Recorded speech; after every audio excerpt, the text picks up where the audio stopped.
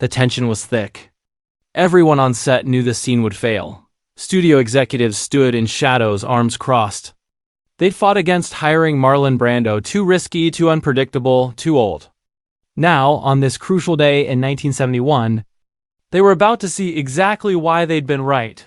But nobody noticed. Brando's small smile, what happened in the next 60 seconds, became the most studied moment in acting history. A single sentence transformed not just a scene, but American cinema itself. Yet the true story remained hidden for years. The setup looked simple. Don Corleone's first major dialogue scene. Paramount had spent millions. The pressure was crushing. And Brando hadn't spoken during rehearsal. He just sat there, petting a stray cat. But before we continue with this extraordinary story, if you enjoy content about Hollywood's greatest legends and the untold stories behind cinema history, please subscribe to this channel right now. Hit that notification bell so you never miss another incredible true story like this one. To understand what was about to happen, we need to see the impossible situation everyone faced that morning. Stakes couldn't be higher. Failure seemed certain. The information in this video is compiled from documented interviews, archival news, books, and historical reports. For narrative purposes, some parts are dramatized and may not represent 100% factual accuracy. We also use AI-assisted visuals and AI narration for cinematic reconstruction. The use of AI does not mean the story is fake. It is a storytelling tool.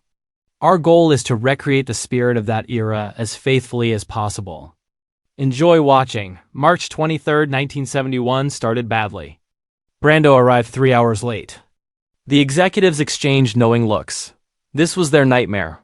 The reason for his lateness would later prove significant. Brando had spent the entire night studying real mob bosses. Not their movies or books about them, but actual footage, recordings, testimonies. He'd been awake for 36 hours, absorbing every detail of how power really looked when it didn't need to announce itself.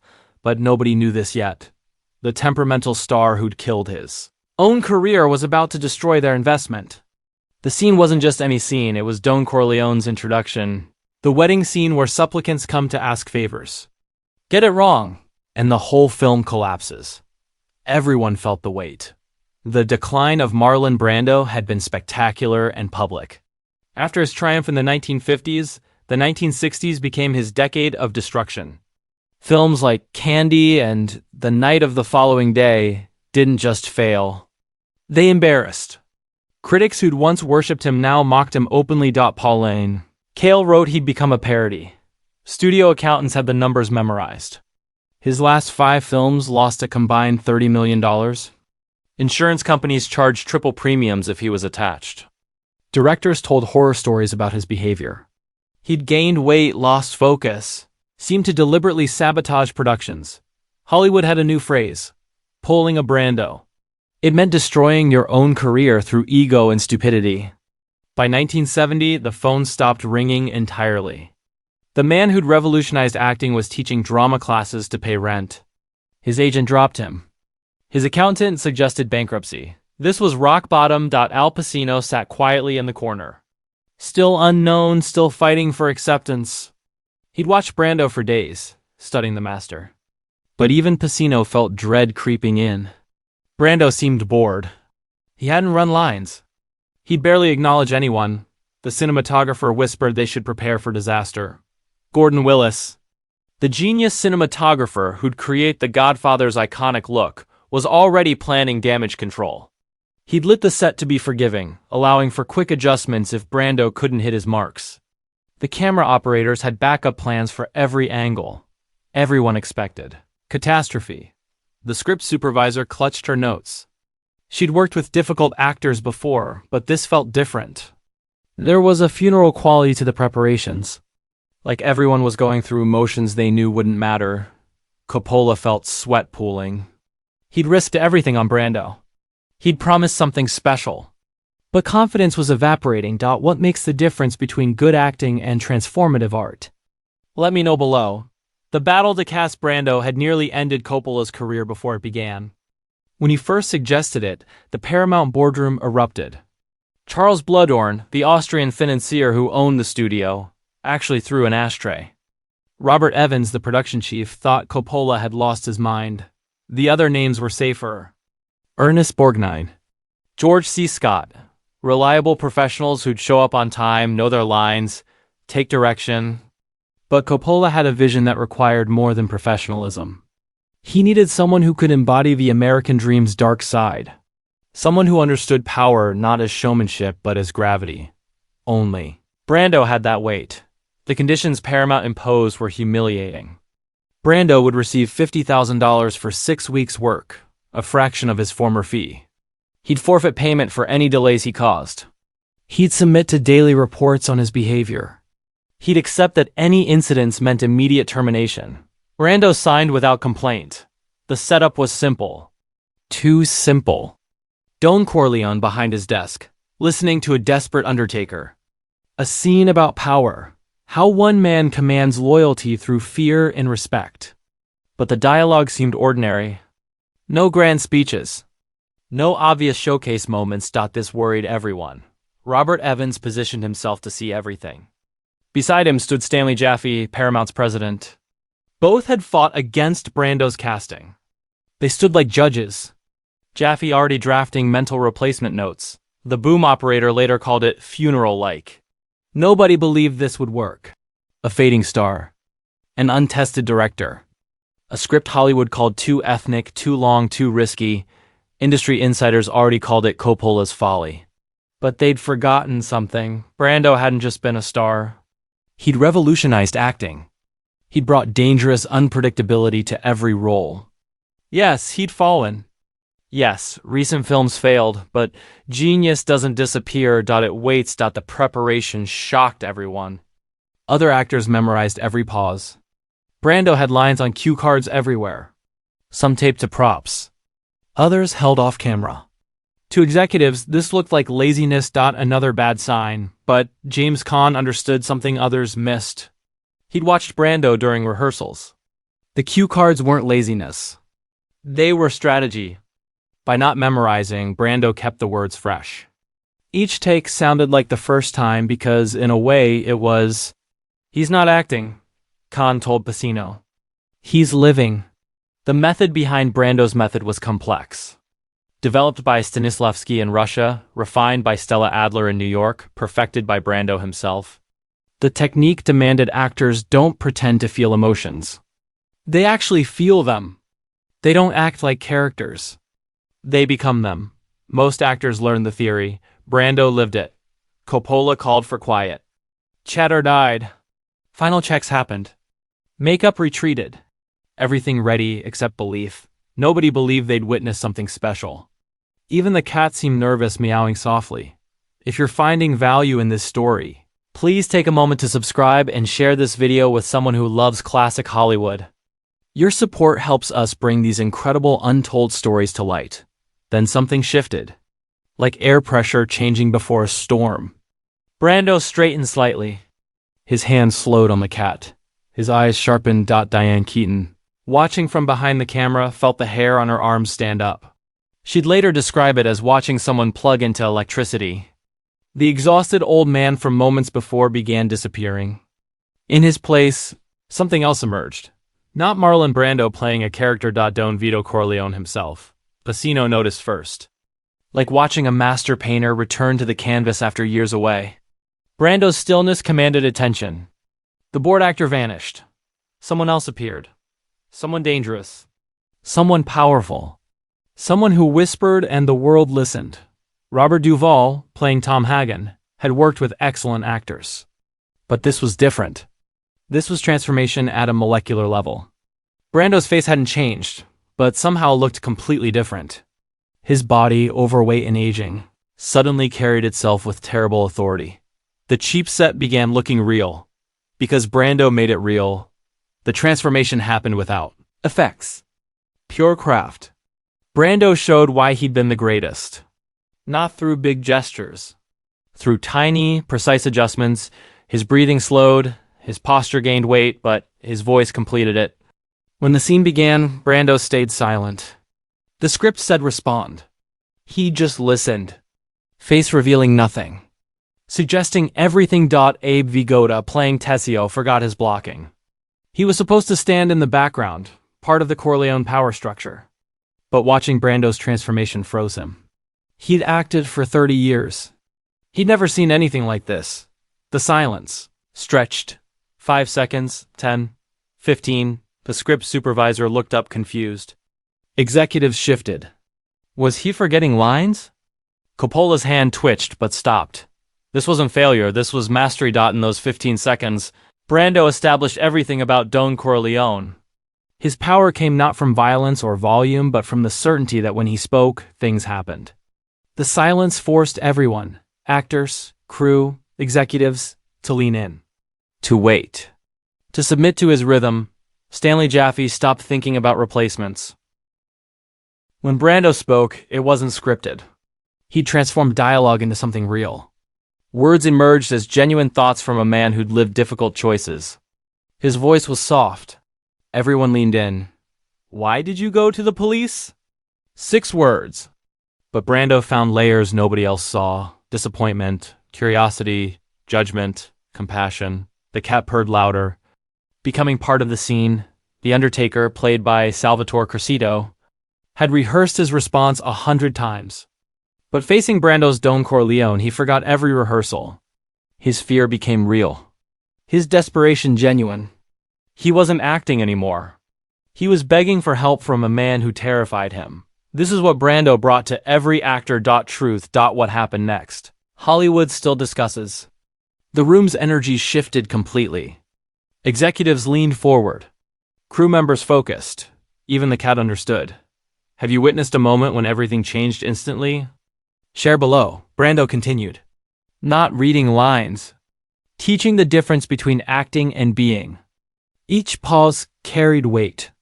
When he delivered the famous offer line, it wasn't threatening, it was quiet certainty. Someday, and that day may never come. I'll call upon you to do a service for me. The line had been written as menacing. Brando made it paternal. The threat was there, but wrapped in such reasonable tones that it seemed almost generous. This was power that didn't need to flex. It simply existed. Gordon Willis realized his careful lighting was unnecessary. Brando found his own light. Between takes, Brando surprised everyone. Instead of isolating, he approached young actors. Spoke with Pacino about finding truth. Joked with James Caan. He treated everyone equally. Watch the cat, he told Pacino between takes. It doesn't know we're making a movie. It's just being a cat. That's what we need to do. Stop making a movie. Start living in this world. Pacino absorbed every word. This wasn't the difficult star they'd feared. This was an artist who understood collaboration creates greatness. Don Corleone's transformation was spreading, lifting everyone. Richard Castellano, playing Clemenza, had been nervous about working with Brando. He'd heard the stories. But Brando spent lunch teaching him about authentic gestures. How real gangsters moved. Where their confidence came from. By afternoon, Clemenza was alive. Executives watched stunned as each take improved perfection. Evans completely reassessed Brando. Other executives folded their replacement lists. They witnessed something generational. An actor, so deep in character that performance became reality. Stanley Jaffe made a phone call during lunch. Not to arrange replacements. To increase the film's budget. He suddenly understood they weren't making a crime movie. They were creating art, and art required investment. By lunch, everything changed. The morning's defeat became electric excitement. Crew members knew they were making history. Word spread fast. That afternoon, visitors began arriving. Other productions at the studio heard something special was happening. Directors, actors, producers found excuses to drop by. They stood in the shadows, watching Brando work. Many would later cite that day as when they understood what cinema could achieve. Hollywood buzzed. The industry that abandoned Brando suddenly desperate for updates. Everyone asked, how? The dailies were rushed through processing. Studio executives who rarely watched raw footage gathered in screening rooms. When Brando's first scene played, there was complete silence. Then, something that never happened in cynical Hollywood boardrooms. Spontaneous applause. The answer was simple yet profound. Brando didn't prepare conventionally because he understood something schools can't teach. True performance is finding human truth in fiction. And having courage to show it. That single line, "Why did you go to the police?" delivered with quiet power, changed everything. If this story resonates with you, please share it with someone who needs to be reminded that it's never too late for a comeback. Subscribe to our channel for more untold stories from cinema history. The impact rippled beyond the set. Paramount realized they had a masterpiece. Marketing found their angle. Brando's return. But Brando stayed unaffected. The same man who'd shown up 3 hours late that first day now arrived early. Not to prepare in the traditional sense, but to exist in Don Corleone's world. He'd sit in the office set, feeding the cat, thinking the character's thoughts. When filming began, he wasn't starting. He was continuing. This dedication infected everyone. Al Pacino began arriving early too.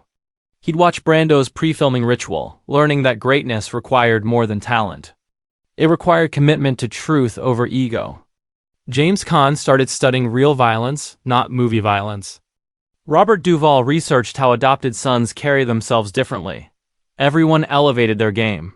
He approached each day with quiet professionalism. Never mentioned the rejection years. The failed films. Critics who'd written him off. He just worked scene by scene, moment by moment, building cinema's most iconic performance. Years later, Pacino credited that morning as when he understood acting. Watching Brando turn rejection into triumph taught him everything. Not just talent, belief, persistence, courage. He showed us that acting wasn't about showing off, Pacino would say in interviews. It was about showing up, being present, finding the human being inside the character and having the courage to reveal them. That lesson shaped Pacino's entire career. The 15-second silence became legendary. Some called it cinema's loudest silence. Brando communicated more about power than pages could. True authority doesn't announce itself. It exists. The film broke every record. Won Academy Awards. Redefined American cinema. But for those present March 23, 1971, the magic happened. Before cameras rolled. When a written-off actor refused the world's verdict. The numbers were staggering. The Godfather earned $245 million on a $6 million budget. It won Best Picture, Best Adapted Screenplay, and Brando won Best Actor. But he refused the Oscar, sending Native American activist Sachin Littlefeather in his place to protest Hollywood's treatment of Native Americans. Asterisk even in triumph. Brando stayed true to himself. People watch The Godfather now seeing inevitable masterpiece. They don't see the doubt, the certainty of failure. They don't know Hollywood's greatest triumph came from expected embarrassment. One man's refusal to accept. Diminishment changed everyone's fate. That morning in March became Hollywood legend. But legends often miss the human truth. Brando wasn't proving anything to anyone. He was simply doing what he'd always done, finding truth in fiction. The industry that abandoned him had forgotten this was his gift. He reminded them, that's the real power. Brando didn't just save himself. He showed greatness isn't never falling. It's rising when everyone counted you out. The cat wasn't scripted. A stray that wandered on set. But Brando incorporated it, showing genius for finding meaning in accidents. The purring became character complexity, violence. Ordered with tenderness shown. Great art makes accidents essential. The executives left fundamentally changed. They came for disaster, saw legend created.